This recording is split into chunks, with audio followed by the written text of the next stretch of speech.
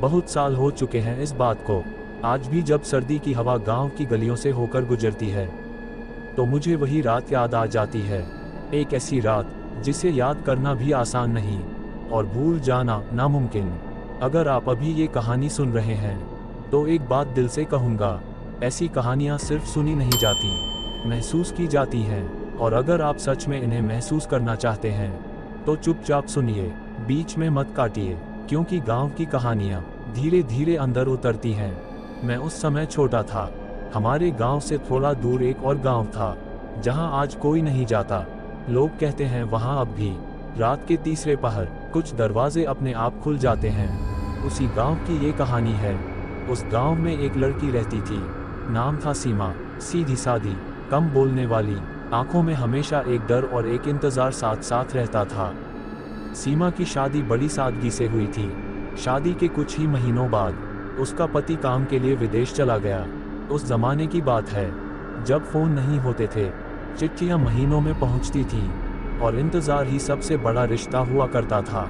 जाते वक्त पति ने कहा था 4 साल बाद लौटूंगा। सीमा ने कुछ नहीं कहा, बस सिर झुका लिया था।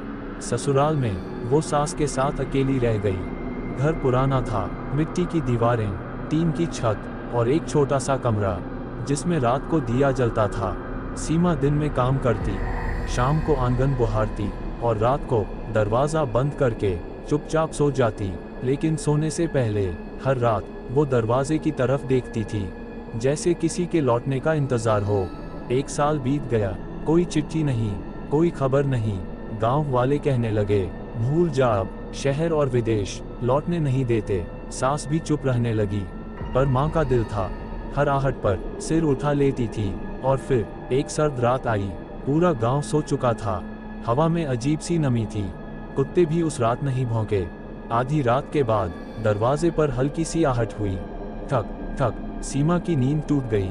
उसने सास की तरफ देखा, वो भी जाग चुकी थी। फिर वही आवाज़, ठक ठक। सास उठी, दिया हाथ में लिया, दरवाज़ा खोला। बाहर एक आदमी खड़ा था, वही चेहरा, वही कद, वही कपड़े, सीमा का पति। लेकिन उसकी आंखें अजीब थीं, जैसे देख तो रही हों पर पहचान नहीं रही हों। मैं लौट आया, उसने बस इतना कहा। न खुशी, न थकान, न कोई सवाल। सीमा वहीं खड़ी रह गई। आंसू आए भी तो गिर नहीं पाए। सास ने भगवान को याद किया। दरवाज़ा बंद हुआ। लेकिन उस रात घर में नींद किसी को नहीं आई, क्योंकि जो लौटा था वो इंसान था या नहीं, ये सवाल उस रात किसी ने नहीं पूछा और शायद पूछना ही नहीं चाहिए था। उस रात के बाद घर में सब कुछ पहले जैसा लगने लगा था, लेकिन असल में कुछ भी पहले जैसा नहीं था।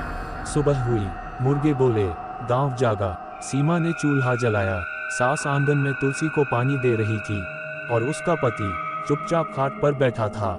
ना उसने रात की बात की, ना सफर की, ना विदेश की, बस बैठा रहा। सीमा ने धीरे से पूछा, आप थक गए होंगे, कुछ खा लीजिए। उसने सिर उठाया, सीमा की तरफ देखा। नजर ऐसी थी जैसे पहली बार देख रहा हो। बाद में उसने कहा, बस एक शब्द। गांव वालों को खबर फैलने में देर नहीं लगी। लौट आया है। 4 साल का वादा 1 साल में पूरा कर दिया। लोग मिलने आए, कोई खुश हुआ, कोई हैरान। सब एक ही बात कह रहे थे, अजीब सा लग रहा है, पहले जैसा नहीं है। वो किसी से ठीक से बात नहीं करता था, हंसता नहीं था और सबसे अजीब बात, वो दिन में कभी बाहर नहीं जाता। सूरज ढलने के बाद दरवाजे के पास बैठ जाता और अंधेरे को देखता रहता, जैसे किसी का इंतजार हो। सीमा ने नोटिस किया, वो आईने से दूर रहता है। अगर गलती से आईने के सामने आ भी जाए तो तुरंत मुंह फेर लेता। एक दिन सीमा ने मजाक में कहा, क्या हुआ, खुद को देखने से डरते हो क्या? उसने अचानक गुस्से में कहा, आईने में मत देखा करो। उसकी आवाज़ पहली बार ऊंची हुई थी। सीमा चुप हो गई। रातें अब और अजीब होने लगी थीं। हर रात ठीक तीसरे पहर वो उठ जाता। चारपाई से उतरते वक्त लकड़ी की हल्की सी आवाज़ होती। सीमा आंखें खोलती और देखती, खाट खाली है। वो उठकर दरवाजे तक जाती। बाहर सन्नाटा होता, बस ठंडी हवा। जब वो लौटता, उसके पैरों में मिट्टी लगी होती, गीली काली मिट्टी। एक रात सीमा ने हिम्मत करके पूछा, इतनी रात को कहाँ जाते हो? वो कुछ पल चुप रहा, फिर बोला, हवा खाने। लेकिन सीमा जानती थी, गांव की हवा इतनी भारी नहीं होती कि इंसान का चेहरा पत्थर जैसा हो जाए। धीरे धीरे सांस भी डरने लगी। एक रात उसने सीमा से कहा, बिटिया, क्या तुझे भी वो अलग सा नहीं लगता? सीमा कुछ नहीं बोली, क्योंकि जिस डर को वो महसूस कर रही थी, उसका नाम लेने की हिम्मत उसमें भी नहीं थी। और फिर एक रात कुछ ऐसा हुआ जिसके बाद इस घर की दीवारें भी चुप नहीं रहीं। उस रात नींद सीमा की आंखों से जैसे रूठ चुकी थी। खाट पर लेटे लेटे वो बार बार करवट बदल रही थी। बाहर सर्द हवा चल रही थी, छप्पर की पत्तियां आपस में रगड़ खा रही थीं। घड़ी नहीं थी घर में, लेकिन दिल जानता था रात गहरी हो चुकी है। तभी चर्र चारपाई की लकड़ी की आवाज। सीमा की आंखें खुल गईं। उसका पति फिर उठ चुका था। वो कुछ नहीं बोली, बस आंखें बंद किए सांस रोके सुनती रही। दरवाजा धीरे से खुला और फिर वो चला गया। कुछ देर तक सिर्फ सन्नाटा था। फिर खट खट खट, जैसे कोई आंगन में दांतों से कुछ चबा रहा हो। सीमा का शरीर ठंडा पड़ गया। उसने कान लगाया, आवाज साफ हो रही थी। चबाने की आवाज, गीली, भारी और बीच बीच में हल्की सी कराह। सीमा उठ बैठी। उसने सोचा, शायद कोई जानवर होगा या शायद भूख लगी होगी, लेकिन दिल नहीं मान रहा था। वो धीरे धीरे दरवाजे तक गई। दरवाजा थोड़ा सा खुला था। आंगन में अंधेरा था, चांद बादलों के पीछे छुपा हुआ। तभी उसने देखा, उसका पति पीठ किए बैठा था और उसके सामने कुछ पड़ा था। सीमा ने धीरे से कहा, आप। आवाज गले में ही मर गई, क्योंकि उसके पति ने धीरे धीरे अपना सिर घुमाया। उसके होंठ लाल थे, बहुत लाल, और दांतों के बीच कुछ फंसा हुआ था। सो जाओ, उसने कहा। आवाज में न प्यार था न गुस्सा, बस खालीपन। सीमा पीछे हट गई। उसके पैर कांप रहे थे। वो वापस कमरे में आ गई, दरवाजा बंद किया, पीठ टिकाकर जमीन पर बैठ गई। उस रात उसे नींद नहीं आई, लेकिन आवाजें आती रहीं, चबाने की, फिर हंसी जैसी। सुबह हुई। आंगन में कुछ निशान थे, काले, गीले। सास ने पूछा, ये क्या है? सीमा ने कहा, शायद जानवर। लेकिन उसकी आवाज खुद उस पर भरोसा नहीं कर पा रही थी। और उसी दिन गांव की एक औरत रोती हुई आई। उसकी बकरी रात में गायब हो गई थी। सीमा का दिल डूबने लगा, क्योंकि उसने जो आवाजें सुनी थीं, वो बकरी की आवाजों से मिलती जुलती थीं। और उस रात जब वो फिर उठेगा, अब सिर्फ चबाने की आवाज नहीं आने वाली थी।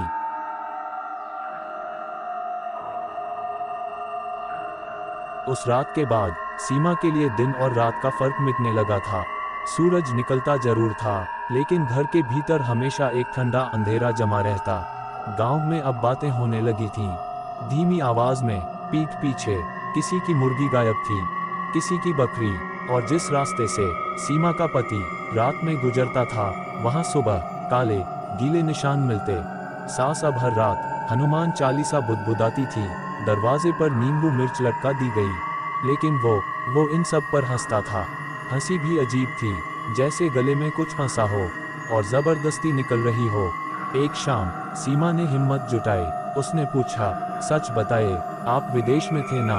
वो देर तक उसे देखता रहा, इतनी देर कि सीमा की आंखें झुक गईं। फिर उसने कहा, अगर मैं कहूँ कि मैं कभी गया ही नहीं, तो सीमा का दिल जोर से धड़का। तो आप कहाँ थे? उसने कांपती आवाज में पूछा। वो उठा, आईने की तरफ बढ़ा और पहली बार खुद को देखने लगा। आईने में सीमा ने जो देखा, वो जिंदगी भर नहीं भूल पाएगी। उसका चेहरा हल्का हल्का धुंधला हो रहा था, जैसे कोई उसके भीतर से उसे खींच रहा हो। उसकी आंखें पूरी काली हो गईं, पलकें झपकनी बंद। मैं लौटकर नहीं आया, उसने कहा, मुझे भेजा गया है। उसी पल तेज हवा चली, दिया बुझ गया। अंधेरे में उसकी आवाज गूंजी, 4 साल पहले जब मैं सच में मरा था, तभी से ये शरीर मेरा नहीं रहा। सीमा चीख पड़ी।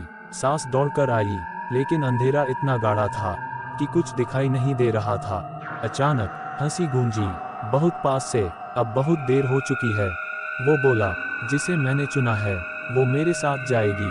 सास ने कांपते हाथों से दिया जलाया और जैसे ही रोशनी फैली, वो आदमी गायब था। बस फर्श पर मिट्टी थी, गीली, काली, और दीवार पर नाखूनों के निशान। उस रात सीमा को समझ आ गया, जो उसके साथ रह रहा था वो उसका पति नहीं था, वो कुछ और था, कुछ भूखा, कुछ अधूरा। और अगली रात उसका पेट इंसानी आवाज़ों से भरने वाला था। उस रात के बाद सीमा ने घर की चौखट पार नहीं की, और सास ने भगवान का नाम लेना बंद नहीं किया। गांव में अब कोई शक नहीं बचा था। लोग खुलकर कहने लगे थे, ये इंसान नहीं है, ये लौट कर नहीं आया, इसे रास्ता दिखाना होगा। लेकिन रास्ता दिखाना आसान नहीं होता जब सामने वाला इंसानी शक्ल में भूख बनकर खड़ा हो। तीसरी रात सबसे भयानक साबित हुई। रात के ठीक तीसरे पहर पूरा गांव जाग उठा। कुत्ते एक साथ रोने लगे।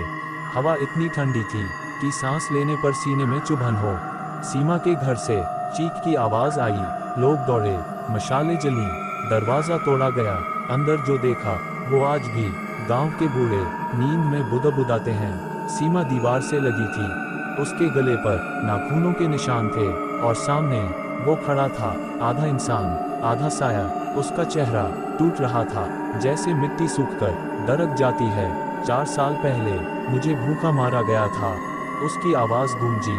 विदेश जाने से पहले मुझे यहीं इसी गांव के बाहर मार दिया गया था।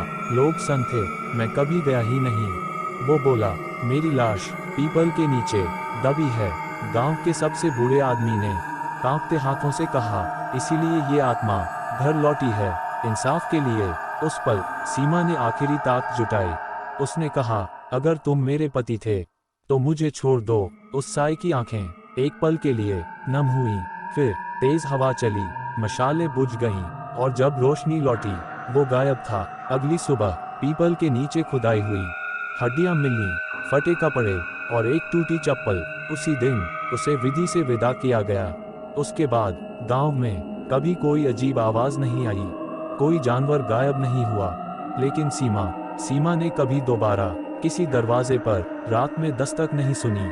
आज वो कहानी गांव में धीमी आवाज में सुनाई जाती है, और कहा जाता है, अगर कोई सर्द रात में बिना आवाज किए घर लौटे तो दरवाजा खोलने से पहले ये जरूर देख लेना उसकी परछाई उसके साथ है या नहीं, क्योंकि जो लौटता है वो हर बार इंसान नहीं होता।